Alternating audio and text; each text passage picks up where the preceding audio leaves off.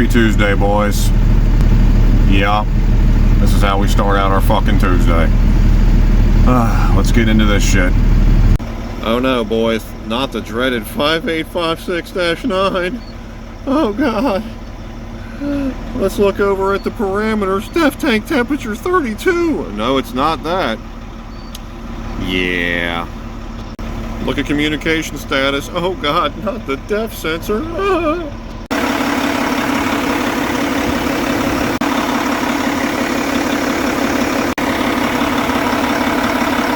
Possibly the last nail in the coffin here. There you go.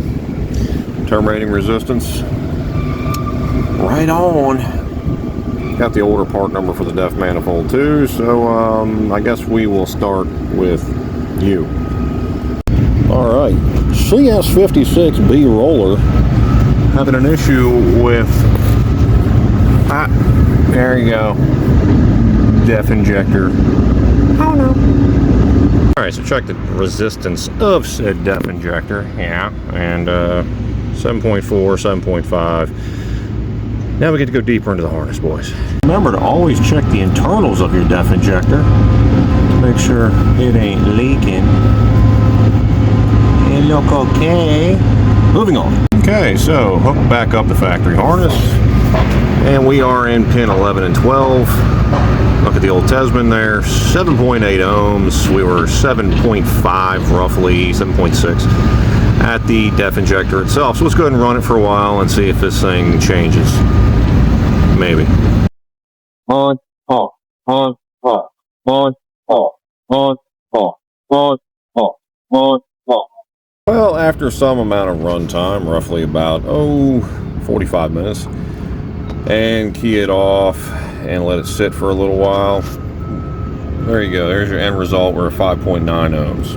Now CAT in their infinite wisdom basically states anything less than 6 ohms and more than 8 ohms of resistance, the def injector is bad. Now running this thing, it never coded out for current below normal or anything like that for the def injector, so just to be safe, and because these are fairly cheap, we're going to go ahead and throw a def injector at it.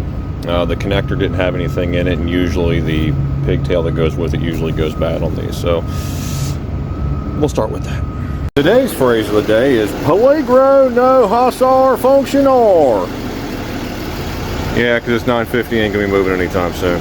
But to be dead honest with you guys, passive systems, as good as I am at them, I fucking hate them. I fucking hate them. God damn it, I fucking hate them. I'll take hard shit every day of the week. Electronic components, always test them before you install them, i.e. def injectors. This one's perfectly fine. Obviously resistance value a little low, but you know what, this will play, especially when it heats up. But just something I wanted to put out there to a lot of the younger guys getting into this shit. Always test them. Solenoids, coils, all that shit. Always a good idea. Also, here's a bad def injector, and it's also leaking down, so there was more problems than just initially the solenoid and or signal going back to the DCU.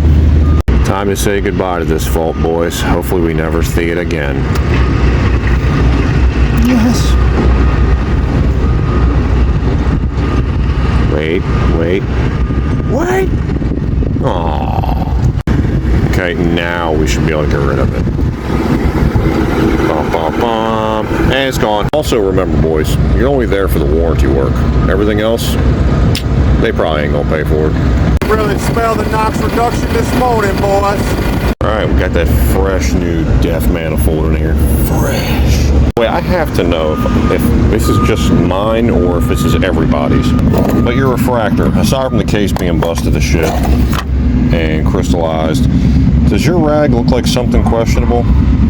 I have to know, because this right here, this kid is, I think we're about ready to retire this old girl.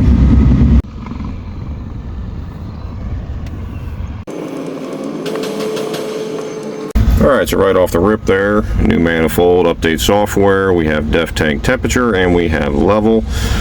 So let's go ahead and start it and run it and see if we can't get rid of these fucking codes. Down to 1, and it's gone. We're going to let it run for a while, see if the communication fault comes back out, and if not, cleared out, good to go. By the way, these are the part numbers, software part numbers I was making mention of earlier there. So 6164916 depth controller, and it's fixing a lot of issues as far as communication goes. Now, let's see if I scroll down here. There you go, just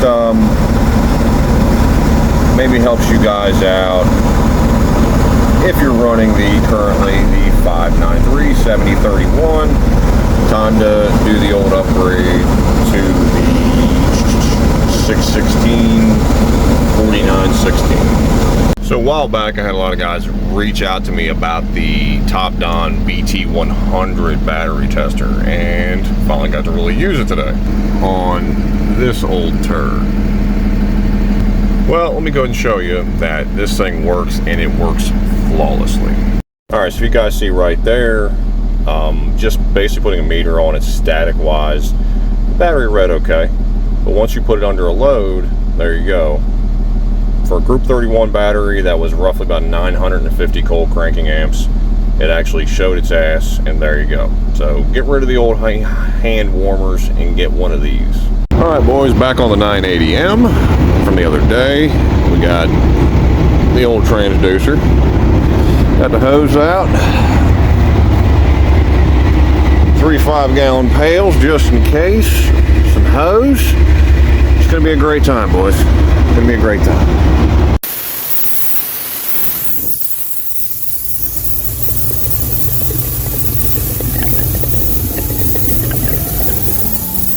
Absolutely love this thing. All back together. Oh, the fun. Special appearance by old Uncle Joshy. Yay! Now we got a driveline problem to fix. And let the morning begin. Yep.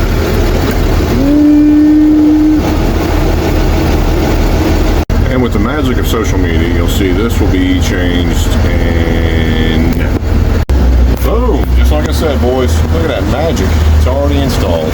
Alright, let's go ahead and do some testing and see what this thing does.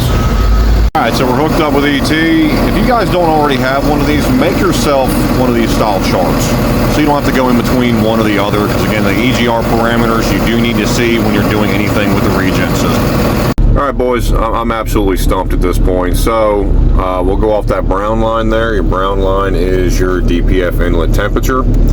Orange line is your soot percentage. Alright, so I'd started the data log a little late in the run, but it was previously at 125. Within about 2 minutes of run time, getting it up into temperature right around 400 degrees, it dropped to roughly about 104.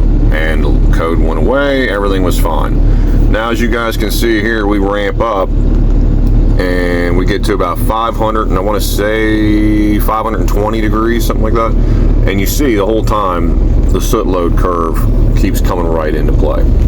I'm to a point now where I've done cutout tests and what have you. We took a downpipe off and did cutout tests. And under high load, I started to see smoke coming in under cylinders 4, 5, and 6. So my assumption at this point is injectors. Right now I'm still waiting for a TC to hit me up after all the data I've sent him and the data logs and what have you.